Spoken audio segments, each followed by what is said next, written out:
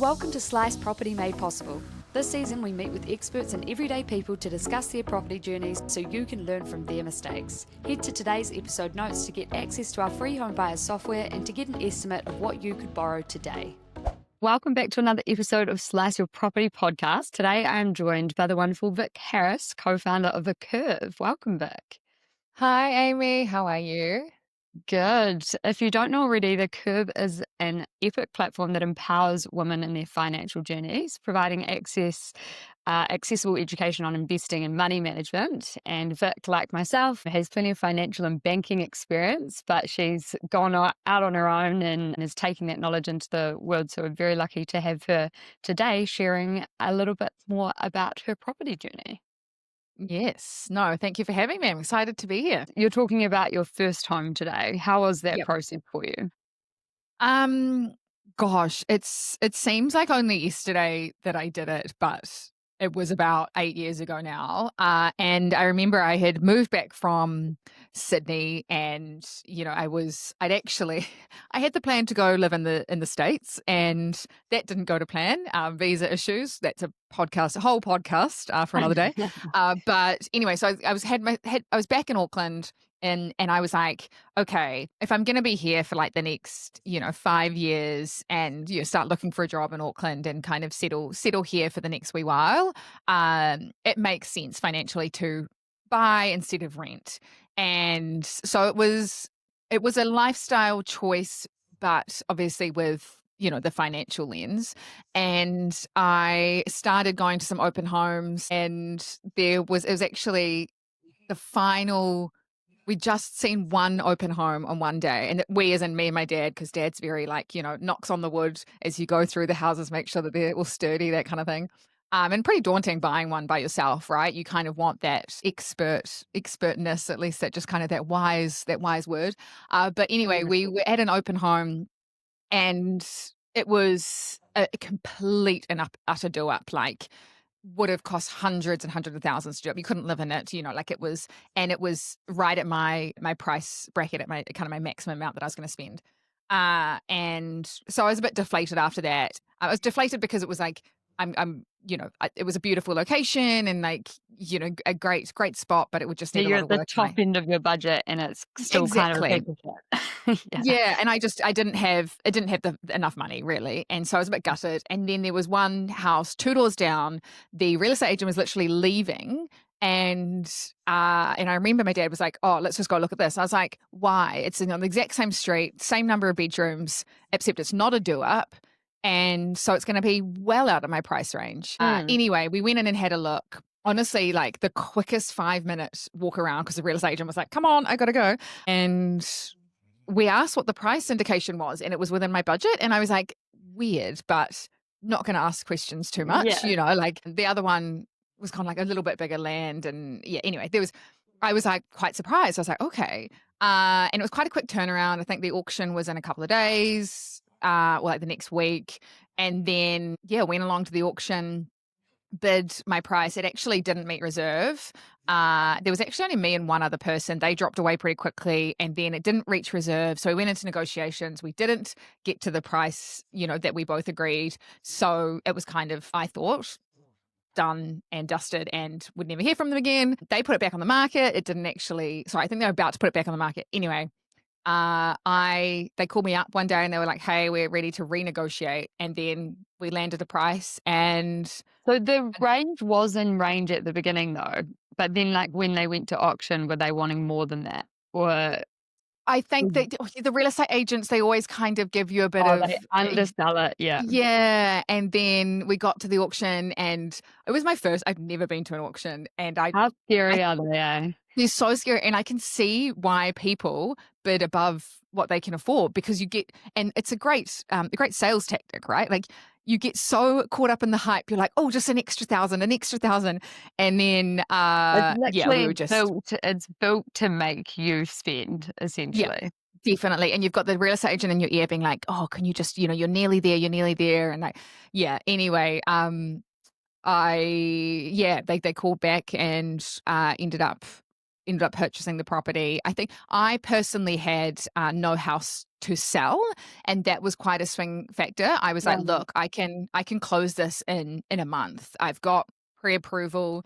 I don't have another house I have to sell. I have, I'm ready to go, and so we can have a settlement date in a month's time." I was unemployed at that stage because I was still trying to. I just got back to New Zealand and was trying to find a job. So that was a Wait, whole. but you Oh, had pre-approval and you were unemployed. How did so that So I So had a I know this was I had a job offer, but there was an extended probation which the bank didn't like. But I went to the bank and I said, "Look, you can see my history of my earning capacity. I banked with you since I was 5 years old. Mm. What can you do here?" And that I guess the caveat to that was there was only one bank that I could go to. So, I I Wasn't didn't able to shop shop around. around. Yeah, but then once the kind of the 2-year, I think it was 2-year kind of commitment with that bank lapsed, I then shopped around, but so I was kind of in a sticky situation, but I had enough of a deposit that the risk wasn't, you know, too in their favor, like it was quite balanced. So, yeah, it was an interesting it honestly happened so quickly, and like, even when people ask me, and, like, I know we've kind of spoken about this before about, like, "Did you do your due diligence, and did you," and I'm just like, Yeah. "Oh, as, I'm like, a gonna ask financial you a few of these educator." questions. Yeah. Yeah, I was like, "As a financial educator, I'm like, I don't wanna condone this, but, like, No, I'm you're just not lucky it all condoning worked out." You're Yeah. not condoning it. I mean, we're gonna drill into this, and I think, like, the beauty of it is, like, we've had, Stevie J, the CEO of KiwiBank, on being like, "I didn't look at the limb and realize that the driveway wasn't, it Yeah. was basically the neighbors." So it's like you can have, and he has a law degree and, obviously as CEO of a major bank, you can be a financial educator and an expert and still Yeah. kind of the hype of buying a house, can really get under your skin. Yeah. So you obviously got the financial side of things done though, because some people also go and bid without pre-approval, which is super rogue. So, Yep.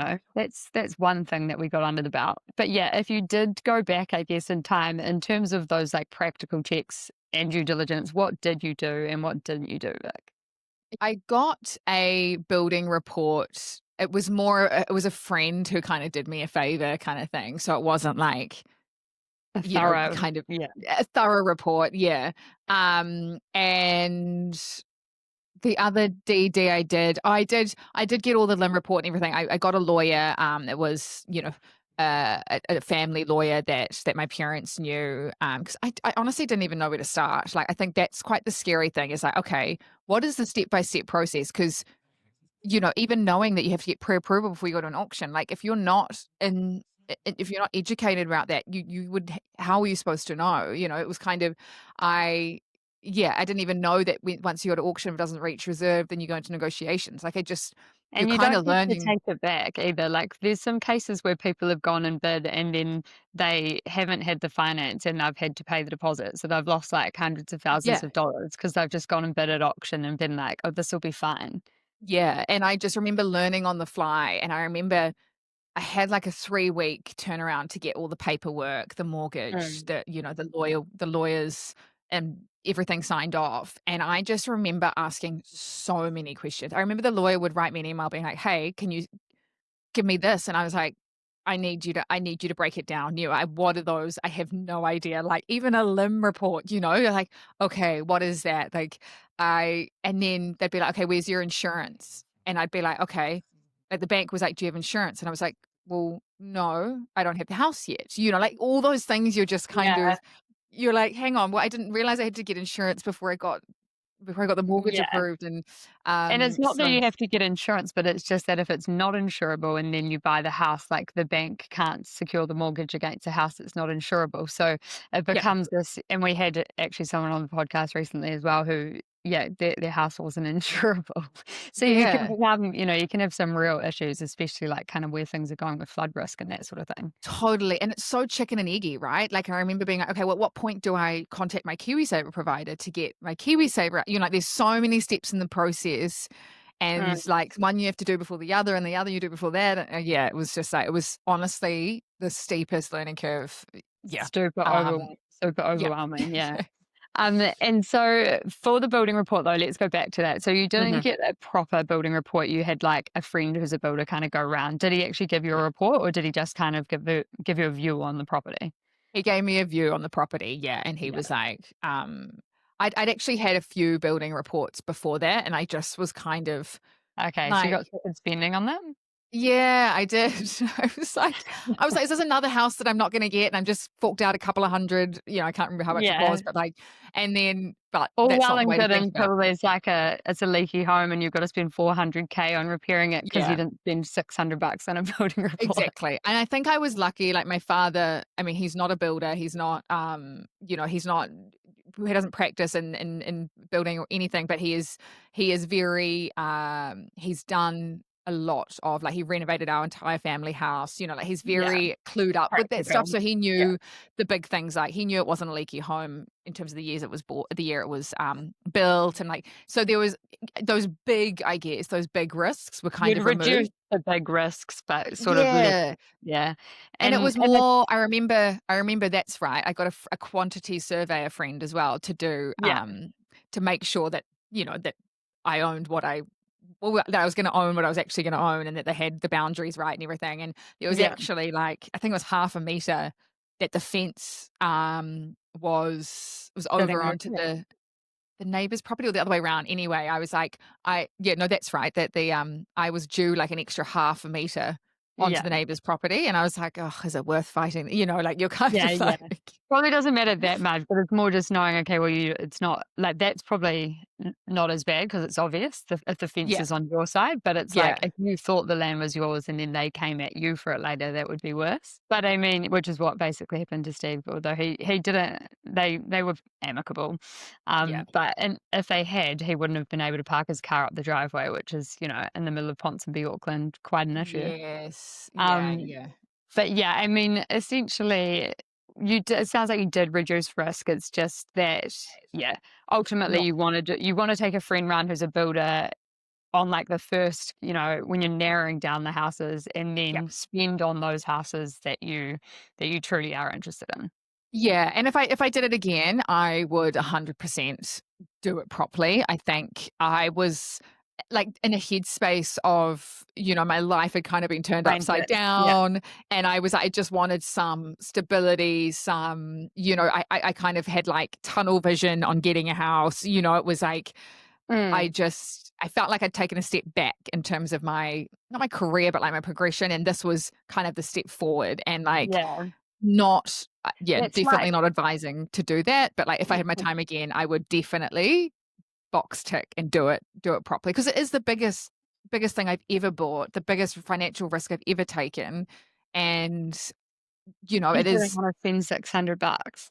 Yeah, exactly, and, like, it would be absolutely, financially damaging if I hadn't spent $600, it's like it's kinda And it like had been insurance. wrong. Yeah, yeah. Yeah, yeah, Yeah, I think the thing is as well, like, we're not really aware, but that there is about 40% of houses in New Zealand have issues that are yeah, uncovered on building reports. So it's and they're varying degree, as you say, like a mhm, leaky home bad, that can be 500K, so massive amounts. But then, yeah, it might be a re-roof, which costs 40 grand, and if you can't afford that, it gets worse and worse. And so yeah. it is just kind of knowing that. But I don't know, it's funny as you're talking through that, I was like, it's like there's a dating analogy or something there, like you're almost like you're quite desperate and you want to get Yeah. you want to get it done, and so then you ignore the red flags and make the decision.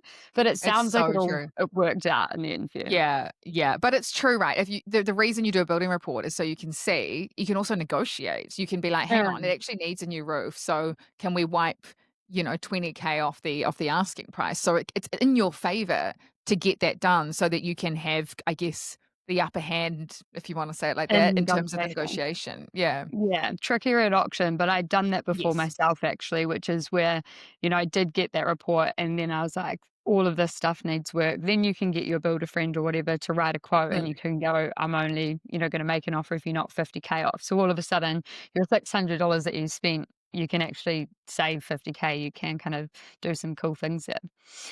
yeah. Another thing when we went through some of the questions and the information that you'd sent through is you obviously did do capital gains and rental yield though. So you went light on some of the due diligence stuff, but obviously in the financial side of things, you were quite astute and spent some time looking into that. Do you want to share a little bit Yes. more there? Yeah, so I bought in, like, I think it was 2018, before COVID, before there was, like, a real, step up in the property market. So and, like, it's so hard to, uh, to time the market perfectly. For me, it was purely a lifestyle choice that happened to have the luck that the property market went up as much as it did Mm, after I bought. So I was in a very, very lucky and privileged position from that, but I had to make it stack up from historically, like what is the capital gains been in property?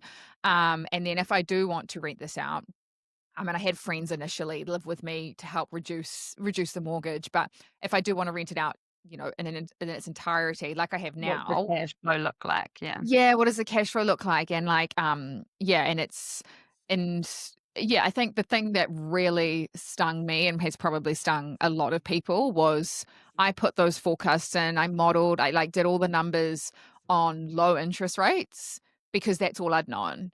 And Mm, I never, ever would have thought that I would have had as much debt as I had and interest rates go up to, over 6%.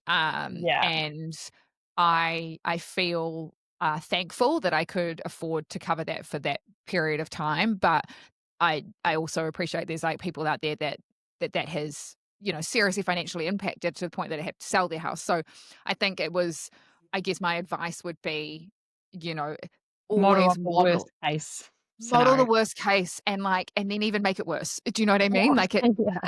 I thought I was modeling the worst case at, like, 4%, 4.5% interest rates, and then they go to, like, Yeah. over 6. It's, um yeah, Yeah, and and then I mean during the banks do. So the banks will always assess it, between 2 to 4. So when the interest rates are 6%, if people were trying to get a loan, mm, they were assessing at 9%. So yeah, there's generally like the reason we don't have, a US housing crisis where everyone had to sell entirely is mm, because the banks are much more conservative in the way that they assess. But yeah, even so, they can make, they're assessing to make sure that you can, in the worst case, pay for your mortgage, but that can entirely disrupt your lifestyle. totally, yeah, They're not modeling to go, do you know what, you can afford to pay your house and have a kid. Like all of a sudden yeah, yeah, yeah, potentially can't because you haven't factored in some of those other kind of financial goals, I guess. yeah. And I think that's for women in particular a real focus.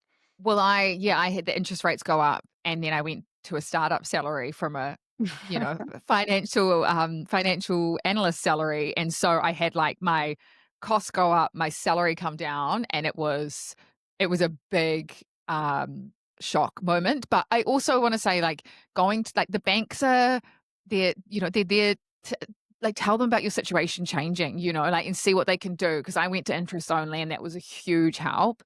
And I just Mm, explained my situation, and I think the last thing they wanna do is for, you to have to sell your house, and, they want to try and and during COVID, they were actually very, supportive in that sense because there was a lot yeah. going on. So I was kind of yeah, also kind of, I guess, riding that wave of disruption. So, Yeah. they were a bit more flexible. Yeah.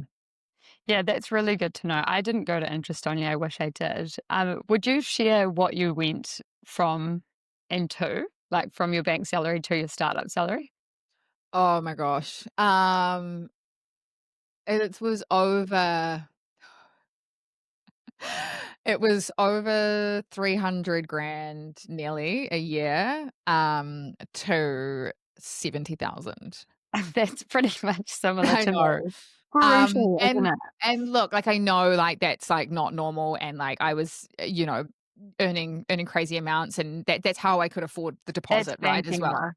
That's Yeah. banking and, like but that's for anyone with, such a change in their salary like that. It's you gotta really reassess where you're spending, and, like, when a huge chunk of your monthly salary is going to your mortgage, like, it's yeah, mentally, it's hard to get your head around, and so, thankfully, I had savings as well, but I Mm. appreciate, like, a lot of people don't have that choice, to, That was a choice of mine, was to Yeah, go, it's an and interesting start. choice though. I think a lot of people, Vic, wouldn't make that choice. Like if the Yeah. choice was the path was in front of them as well, which is also what I find quite fascinating. Like, it was similar for me.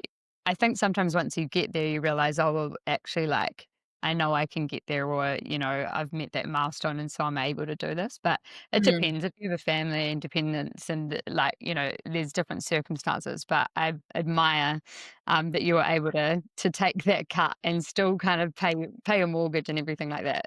It's Yeah, amazing. just let's say I was very thankful when interest rates started to come back down. I was Yeah. like, as everyone probably was that owns a house, yeah. In terms of making that decision, yeah, what drove you to do that? Like, obviously, you had money wasn't the only thing, or you at least felt that one day your upside would be greater with the curve. Yes, yeah, and it was just a case of, yes, I was earning good money, but I just there was something, I had an incredible career. I was traveling to places all over the world as part of that career. I was, like, meeting incredible people. I just had this, like, gnawing feeling of, like, I'm not doing enough. I don't know, and it was like, why am I not feeling like I'm, like, fulfilled? Alongside that, I had, so many friends coming up to me because they didn't know any other women in finance. They didn't know anyone that they could relate to or talk to, and so they would reach out to me and be, I've got a bit of money, or, I think I wanna start investing, and, like, what should I do? Or, how do I get into property? Like, all of those conversations, and I was more than happy to help, but I was also like, why is there nowhere for women to learn that speaks their language, that they feel, like, supported, and, like, yeah, all of that. And so I was like, I'm going to start that. And so, yeah, joined forces with my co-founder Sophie, and we created that space. And we've been able to extend far beyond my friend group and my community, and our, our You've community, built an which is, amazing community.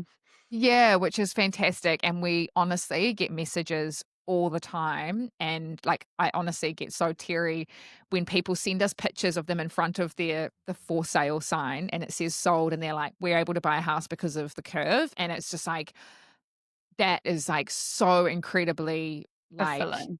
fulfilling and, like, humbling, and, like, that is what we wanted when we set out to do the curve. But the fact that they've sat down and written us an email and thanked us, I'm like, "No, no, that was also, you took those steps. You took the initiative to learn and educate yourself as well." So, but that's why I People did it. need to And see it as well yeah, sometimes though, to believe it's possible for them, and I think, yeah, like, that's the challenge with the finance industry, right, is it has been intentionally very opaque, yeah, and not accessible to kinda almost, yeah, help the yeah. rich get rich and the poor get poorer. So I think the access that you guys have created is amazing and so great to see. Yes, yeah, and then that was the pulling factor, right? It was like, yes, I'm gonna take a short-term hit on my salary, but, like, the upside in terms of, the lives that we can change, the value we can create in a community, in a business, and, like, a platform that's now, in New Zealand, Australia, the UK, is just, there's also so many more women that we need to reach, so it's like, gotta keep going, gotta keep going. Yeah, and the thing is you're always driven to when the impact and that you can have is great as well. So it's like it's Yeah. nice to be on a mission that's got longevity, I guess, and purpose. Yes, yeah. So when you moved into the business as well, did you know like did you know when you were buying the house that you were doing that? Was it soon like were those two things forecasted, or was it kind of like you bought the house and then you're like, oh, actually, I want to wanna, build a business as well, and so then you had to kind of bring those 2, I guess, challenges or components together. Yeah, I guess the thing with me is I get a little itchy after a while, and I'm like, "Okay, what's next? What's next?" And so, yeah, I bought the house, and I was in this new job, and I was loving it, and then, yeah, I had all these friends that met, and I was like, "Okay." And I was like, "What's next?" And I actually got a new job, and had a few months off in between, and it was like, "Okay." And this is probably 4 years, 3 or 4 years after buying my house, maybe 2 or 3 years after buying my house. Yeah, had a few months off, and I was like, "Vic, it's now or never," because once you start this new job, it's gonna be the back of your mind again, and you're Golden gonna handcuffs probably, you would have been locked yeah, in. so You I would have was taken like out another mortgage that you couldn't yeah. afford. And so we started the curve in that time period, and I mean, was it a good idea? Was it not? I don't know, but it took off. The curve took off, and then I started this new job and was trying to give my new job it's my all. I ended up feeling quite guilty because I had kind of accepted this new job. I didn't realize that the curve was going to be as successful as it was. So, Mm. but they were completely understandable. Like they were understanding, and they were like, "Look, Vic, I can see this is your passion. I can see, you have to go and see it for what it is." And they were like, "You've always got a job here if it goes tits up, but we have no doubt that it won't." Hopefully it Um, doesn't, yeah, yeah. yeah, hopefully it doesn't. But so that was yeah, it was very amicable. But I think it was quite scary moving from which sounds so backward, but, like, being the master of your own destiny and, like, bringing in your own salary versus working for someone else, so incredibly scary when you have a lot of debt, right? You've got a mortgage, you now have commitments that you have to pay each month, to the bank, and, well, in my previous job, like, they could have cut me tomorrow.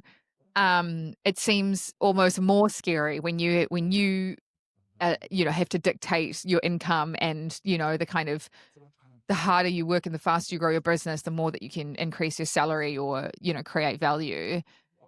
Yeah, it seems weird. And banks look at it like that as well, right? They're like, well, no, if you're employed, you're way less risk than I if you think the are difference is that the company itself, like, and the size of the yeah. company and the Yeah. de-risking of that. So when it's a startup, obviously, you don't even know what operations is. You're moving around trying to work out marketing, trying to work out how to sell, make your first dollar, and Yeah. there's, like, all of these different risks that relate. Whereas when you're at, CBA, for example, they've Yeah. already got the model. They've already, like, tested and reduced risk across the board. So I think it's just that. But yeah, you're right in that it's weird and because actually you're empowered to drive that outcome when you're owning it as opposed to someone else Yes. deciding to make you redundant or, let Mm. you go. And I know, like, Sophie's just bought a house and she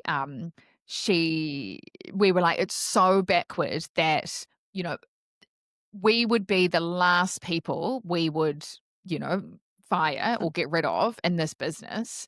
Uh, Whereas our employees could get a mortgage much quicker and easier than we could as the owners, even though they would be the first people we'd cut versus ourselves, like in the harshest way. Yeah, because 'cause they're But looking at you. Are they looking at you as self-employed and they're looking at them as employed? yes, yeah, yeah, That's yeah, exactly. bizarre, isn't it? Because I know. essentially So it's the same company.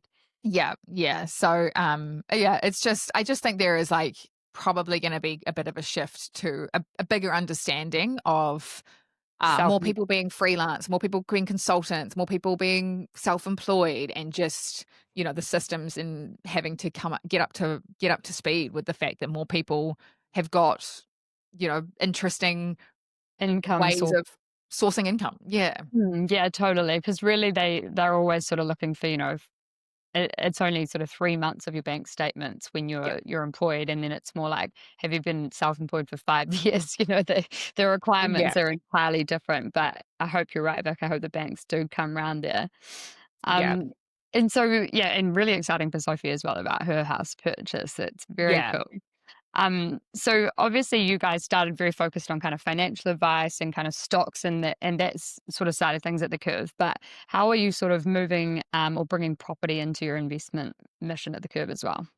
Yeah, I think the great thing with our community is that they allow us to kind of they're very good at giving feedback, and so we will try certain conversations about things. It might be investing for kids, it might be how to run a business, or it might be property. And what we found is yes, we started talking about stocks and investing in the stock market. But whenever we would have, a tiny little drop of property content, it would honestly go gangbusters. And we were like, okay, there's something here. And so we've really tried to talk about it a lot more. We've had property experts on, we've had, people that have made incredible property portfolios. We've had such a range of of property content within our general content. But yeah, I think property is, particularly in New Zealand, very, And even um Australasia, it's a very big. Australasia, very topical. People are very interested in it. It's the traditional way that you build your wealth is that you save up, you buy a house, you have a family, like all those kind of traditional steps. And so there is a natural interest. And also, when your parents have got a house or made money in property, that filters down to the Yeah. children. And so there's a natural understanding or interest in property and making money in property. And so it was a no-brainer, especially because I owned a house, and then Soph was kind of on this property buying journey to weave that in and help educate our audience. And yeah, I mean, every time we talk about it, it goes so well. There's also so much to learn in different markets as well, right? They operate And it's different ways, constantly changing and evolving, which is what one of the constantly challenges. changing. Mm. Yeah, there's so many nuances between interest rates, more fixed and floating mortgages, property cycles. Like it's How much so your deposit needs to be, debt to yeah, income ratios, like there's it's a continuous, I mean, it's cycles, it's yeah, circular, right? But because that's changing and people aren't buying a house every 6 months, it's really hard to actually get a handle on what that process looks like, should look like, yeah. and yeah, very aligned in what we're trying to achieve at Slice as Mm. well. Um, so I guess some key tips then for both your audience and our audience based on lessons learned by you, Vic. Obviously get a building report. Yes. Other key takeaways? Mm.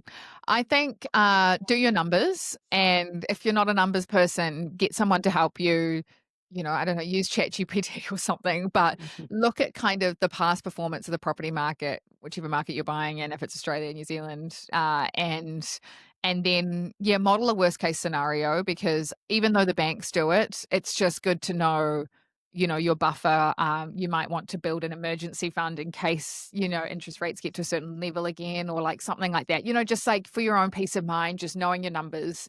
Um, And and holistically, maybe what your financial goals are. Like, are you planning to have a yes, kid? Because there's a cost there, and the bank's not forecasting whether or not you're having a kid. So they, exactly. Yeah. they're not taking that into account. If I want to go part-time, and look after my children, or, take some time off work, how does that impact? Like just all of that is really, really helpful as much as you can. Probably we haven't really talked about this, but like I think New Zealand is a really, really attractive market to buy property.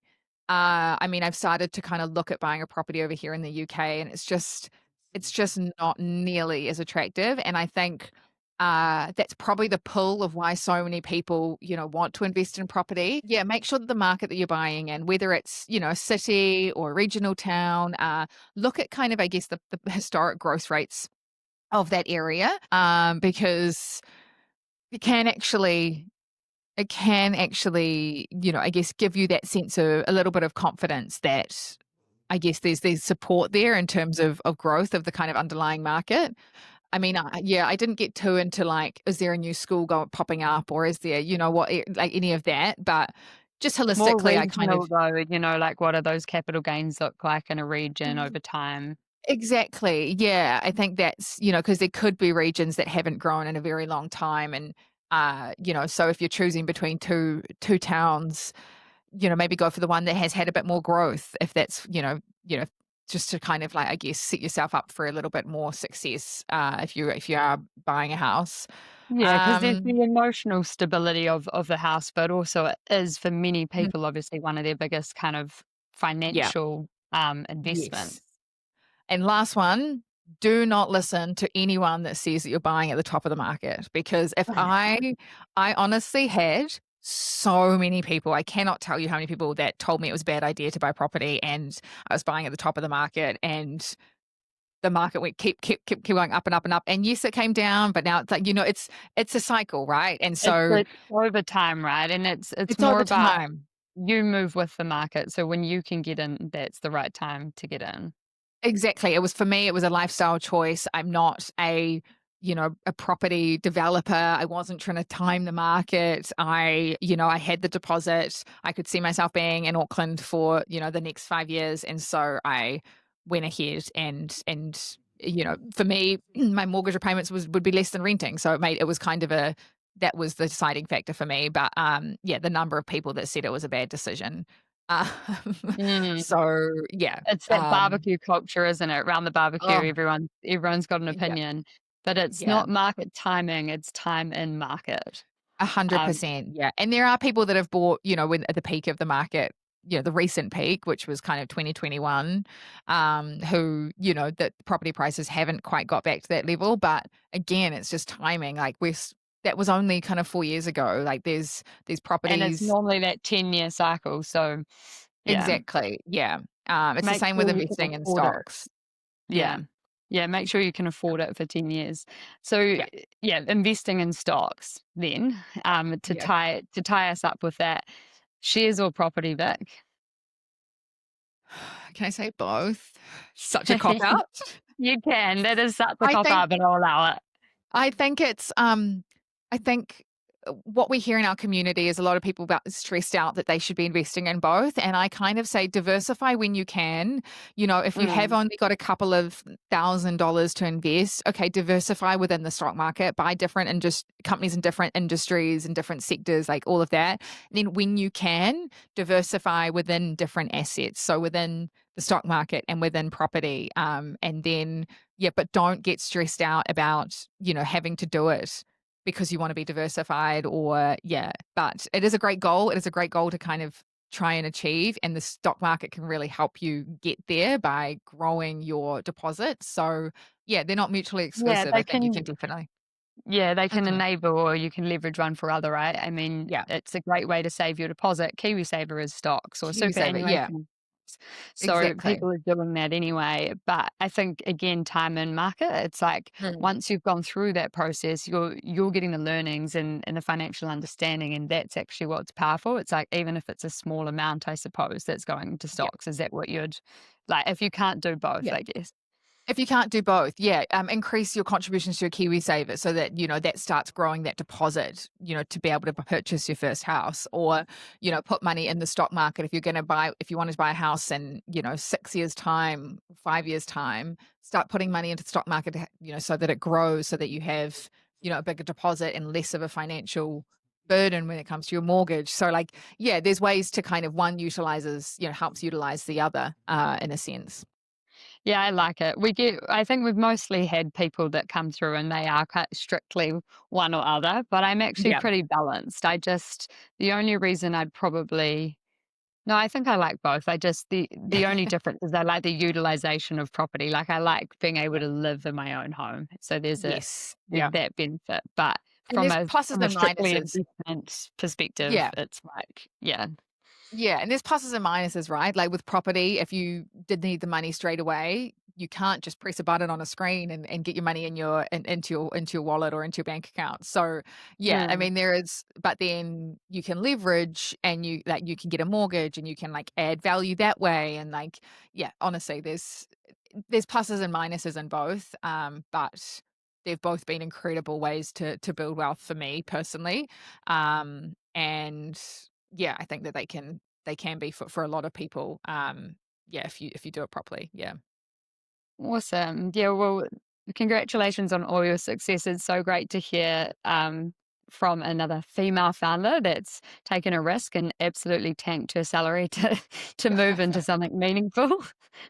But you've still obviously got these investments in this wealth portfolio, so it's still working Yeah. for you. Yeah, and Yeah, I well, think that was probably something like that made it less scary was that I had built up my investments over time, yeah. and I did have I diversified into the stock market and in property, so I felt a lot Even if more the curve like secure. didn't go well, it's like you still had these other, The you know. safety net essentially, yeah, that I built up over time, and so I think, yeah, if anyone is thinking of kind of stepping away from their career or trying something new, it's like making sure you've got that buffer or that support or that safety net essentially that, should something happen, yeah, Yeah, you're which is not. one of the first lessons you basically teach about, isn't it? It's that buffer Yeah, fund and having, an emergency fund.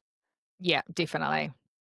Amazing. Well, thank you so much for joining us, Vic. I've got the final question for you today, which is, So good. if your first home had a doorbell and that doorbell played a theme song, what song would it play? God, what a good question. I keeps coming to me, that song, oh my God, I can't sing on the podcast, but like, it's like, I'm coming Oh, home, yeah. tell the, like, I don't Tell like, the because I'm world like, that I'm yeah, coming yeah, yeah, home. yeah. Because I'm like Yeah, that's entering the my banger. house. That's why it like keeps coming back to me. I'm like, no, that's so terrible. But like, tell the world I'm coming home. How So freaking, my kingdom self-absorbed is awaits. that? But yeah, yeah, yeah. But that's kind of what yeah, kind of coming home to my house and like, yeah, making Very such an relevant. imprint. I don't Yeah. like, To your kingdom, like your kingdom yeah, awaits. yeah. My kingdom awaits. Exactly. I'm coming home to my amazing house, and everyone should worship me. Yeah, that kind of thing. I love I love that. Real wealth vibes. It's Yeah, hard yeah, when exactly. we put you on the spot, Yeah. but, It's a I good like that question, answer. though. I like Yeah. it. Yeah. We've had some really rogue answers. So, Yeah. I think we had, like, a burning down the house and someone had like, the house had Oh burnt down, oh like, my or god. a house on the same street had burnt down or something. There's some classics out there. Oh my god, that's so good.